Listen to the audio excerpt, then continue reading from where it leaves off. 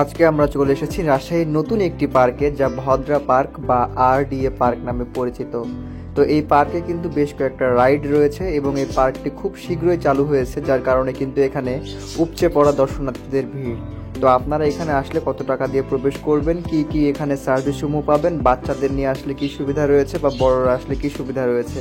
ভদ্রা লেকটি সকলের কাছে পরিচিত ছিল, কিন্তু তার মাঝে ভদ্রা পার্কটি সকলের কাছে অজানা এখনও রয়ে গেছে। তো আজকে আমার এই ভিডিওর মাধ্যমে আপনাদের ভদ্রা পার্কের সমস্ত A to Z তথ্য তুলে ধরবো। চলুন তাহলে আজকের ভিডিওটি শুরু করা যাক। এটি হচ্ছে ভদ্রা পার্ক বা RDA পার্কের মেন গেট অর্থাৎ প্রবেশপথ। প্রবেশপথের পাশেই রয়েছে টিকিট কাউন্টার এবং টিকিটের মূল্য 20 টাকা। এই 20 টাকার টিকিট কেটে আপনারা পার্কের ভিতরে প্রবেশ করবেন এবং পার্কের ভিতরে যে রাইডগুলো রয়েছে তার জন্য আপনাদের গুনতে হবে আলাদা আলাদা টাকা। তো আমি ভিতরে প্রবেশের পর সেগুলো আপনাদের বলে দেবো কোন রাইডের জন্য কত টাকা। আর মেইন গেটের সামনে কিন্তু অসংখ্য দোকান রয়েছে, এখানে অনেকে কেনাকাটা করে এবং যাতায়াতের জন্য রিক্সা খুব সহজে এখান থেকে পাওয়া যায়। এবার আমাদের টিকিট কাটা শেষ, আমরা আজকে 4 জন এসেছিলাম। তো আমরা এখন ভিতরে প্রবেশ করছি, আর প্রবেশের সময় এই গেটে কিন্তু আপনাদের টিকিট শো করাতে হবে। তারপর আপনারা টিকিট দেখার পর টিকিটটি ছিঁড়ে আবার আপনার হাতে দিয়ে দিবে। তো প্রবেশের শুরুতে আমরা এসে দেখি যে এখানে আসলে বোট রাইড রয়েছে, অর্থাৎ এটা পায়ে চালানো নৌকার রাইড বলেন না কেন, সেই রাইডটি এখানে রয়েছে। আর এটা হচ্ছে সেই রাইডের কাউন্টার। আর এখান থেকে বোট নিয়ে আপনারা সামনে আসলে এ পাশে একটা লেক আর এই পাশে একটা বড় লেক, আর সামনের ওই পাশে ছোট্টখাটো একটা আসলে খালের মতো বলা যায় যে এরকম অবস্থানে রয়েছে। তো সব মিলে এই পুকুরটা আমার কাছে খুব ভালো লেগেছে, এটা কিন্তু বেশ বড়। আর এখানে আপনারা ইচ্ছা মতো ঘোরাঘুরি করতে পারবেন এই নৌকাগুলো নিয়ে। এখানে যে 2 সিটের বোটগুলো রয়েছে তার 15 মিনিটের জন্য ভাড়া হচ্ছে 100 টাকা এবং যেগুলো 4 সিটের রয়েছে সেগুলো 15 মিনিটের জন্য ভাড়া 200 টাকা। অর্থাৎ আপনারা শুধুমাত্র 15 মিনিটের জন্য এই বোটটি ভাড়া নিতে পারবেন। এরপর যদি আপনারা ইউজ করতে চান তাহলে আপনাদের পুনরায় আবার সেই 2 সিটের জন্য 100 টাকা এবং 4 সিটের জন্য 200 টাকা দিতে হবে।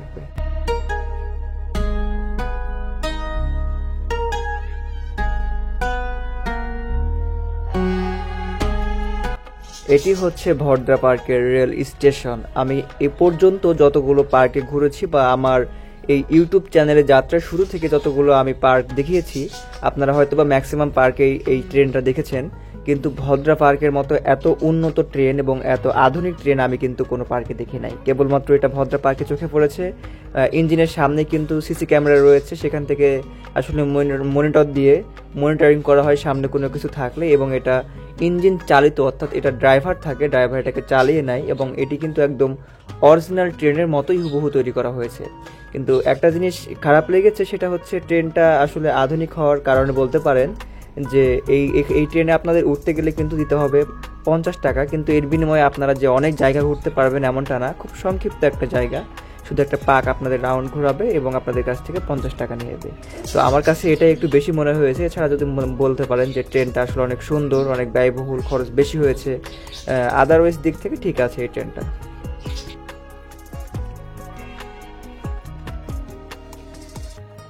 আসলে ভদ্রা পার্কটি নতুন চালু হয়, এখানে কিন্তু অসংখ্য দর্শনার্থী দূর দূরান্ত থেকে আসছে পার্কটিকে দেখার জন্য। এবং দূরের কথা বাদ দিয়ে যদি আমরা শহরের কথা বলি, সেক্ষেত্রে শহরের অনেক লোকও কিন্তু আসছে, কেননা এই ভদ্রা পার্কটি একবারে নতুন চালু হয়েছে। তো পার্কে কী কী রয়েছে, পার্কের সৌন্দর্যগুলো দেখার জন্য কিন্তু বললে চলে যে অসংখ্য দর্শনার্থী এখানে আসছে, যা আপনারা স্ক্রিনের মাধ্যমে দেখে বুঝতে পারছেন। আর এই পার্কে আপনাদের যে 2টা রাইড দেখাইলাম, একটা হচ্ছে বোট রাইড আর একটা হচ্ছে ট্রেন। তো এই দুইটাই কেবলমাত্র টাকা দিয়ে ব্যবহার করতে হয়। আর এর বাইরে যেগুলো রাইড রয়েছে এখানে, তার সবগুলোই কিন্তু বাচ্চাদের রাইড বলা যায়। যে রাইডগুলো আপনারা বর্তমানে দেখছেন স্ক্রিনে, এই সবগুলো বাচ্চাদের রাইড। তো এগুলোর জন্য কিন্তু আপনাদের এক্সট্রা কোনো টাকা পে করতে হবে না, শুধুমাত্র ওই 2টা রাইডের জন্য আপনাদের টাকা দিতে হবে। এর বাইরে যতগুলো রাইড এখানে রয়েছে সবগুলোই বাচ্চাদের রাইড, আর সবগুলোই একদম ফ্রিতে আপনারা উপভোগ করতে পারবেন।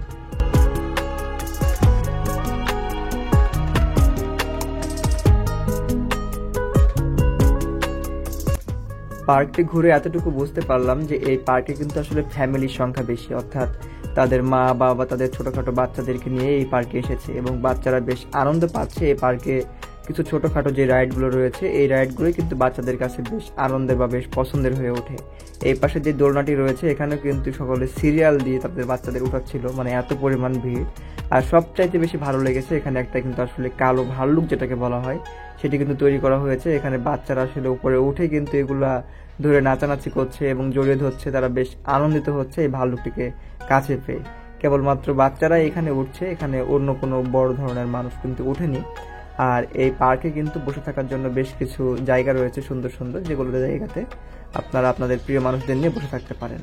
আর এই সাইডগুলোতে বেশ কিছু দোকানের মতো রয়েছে, যেগুলো এখনও চালু করা হয়নি, হয়তোবা এগুলো খাবারের কোনো দোকান হবে। এখানে একটি কৃত্রিম ঘোড়া রয়েছে, যেটা একদম সবুজ অরণ্যে ঘেরা।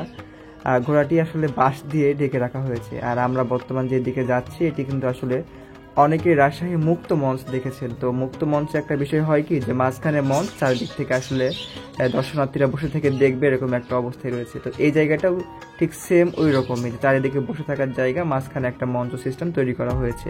তো হয়তো বা এখানে কোনো প্রোগ্রাম তৈরি হতে পারে, এই উদ্দেশ্যে করেই এই জায়গাটি তৈরি করা। আর আমরা সামনে যাচ্ছি, এটা হচ্ছে দ্বিতীয় গেট। সামনে যে গেটটি রয়েছে, এই গেটটা হচ্ছে আসলে বাহির পথ। আপনাদের শুরুতে যে গেটটি দেখিয়েছিলাম ঢোকার জন্য, আপনাদের ওই গেট দিয়ে ঢুকতে হবে, আর এই গেট দিয়ে আপনারা চাইলে বের হতে পারবেন। আর এই আসলে পুরো পার্কটা জুড়ে কি, যে আসলে একটা খাল সিস্টেম রয়েছে, যে মাঝখানে একটা বৃহৎ আকৃতির পুকুর, আর দুইটা ব্রিজ রয়েছে দুই পাশে, এবং খালের মতো চলে গেছে, অর্থাৎ লম্বা আকারে একদম চলে আসছে পার্কে, সেটা পূর্ব পাশ থেকে শুরু করে পশ্চিম পাশ পর্যন্ত।